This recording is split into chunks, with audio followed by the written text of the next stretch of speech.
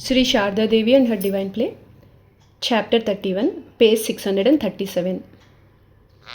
Criticism of Holy Mother. Buddha said in the Dhammapada, "There never was, there never will be, nor is there now a man who is always blamed or a man who is always praised. Those who have many faults see faults in others.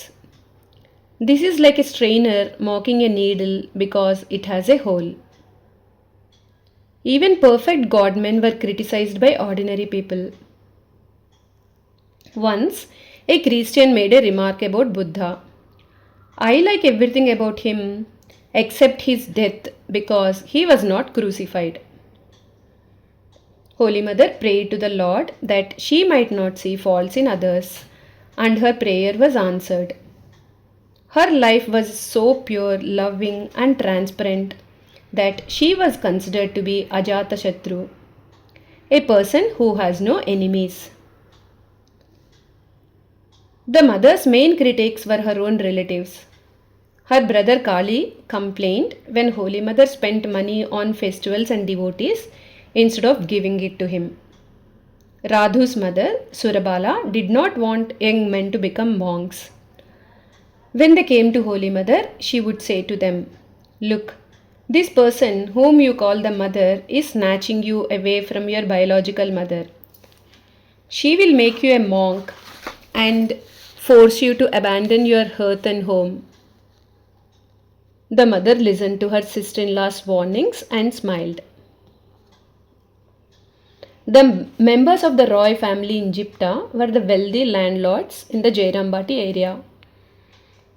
One of the young men of that family went astray because of evil company, and his father was very sad because he could not reform his son. One of his relatives suggested that he send him to Holy Mother in Jairambati for spiritual advice.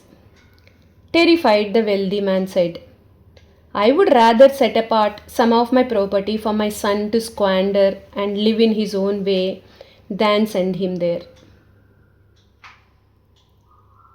Anyone who wants to do good in the world will have to face criticism.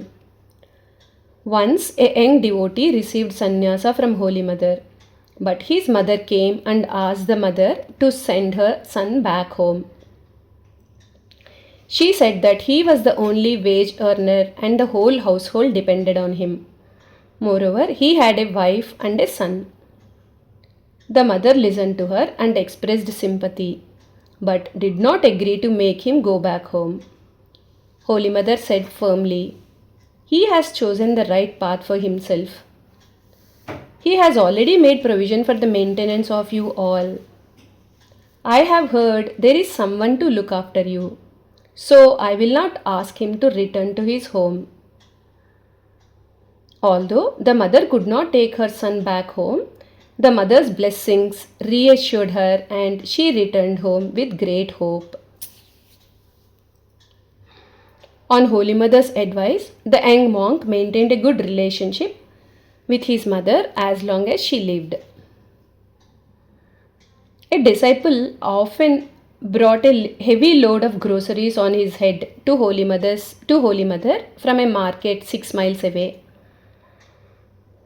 One day, when the disciple was coming to Jairambati with groceries, he met a middle-aged man in a neighboring village whom he knew. The man remarked, "Ha, this boy is so deluded by Maya." After arriving at Holy Mother's house, the disciple bowed down to the mother and told her what the man had said. Immediately, Holy Mother's face became grave and she said, "My son, this type of person is like a worm crawling in samsara. People like this are steeped in worldliness. They cannot understand or appreciate any kind of spiritual service. They never attain love for God. They come into the world, undergo all its sufferings, and then die. Thus, they rotate through life again and again. After passing through endless sufferings of many births, when their minds turn towards God, His grace dawns. Only then do they attain liberation. The disciple listened to the mother in utter astonishment. Jaima.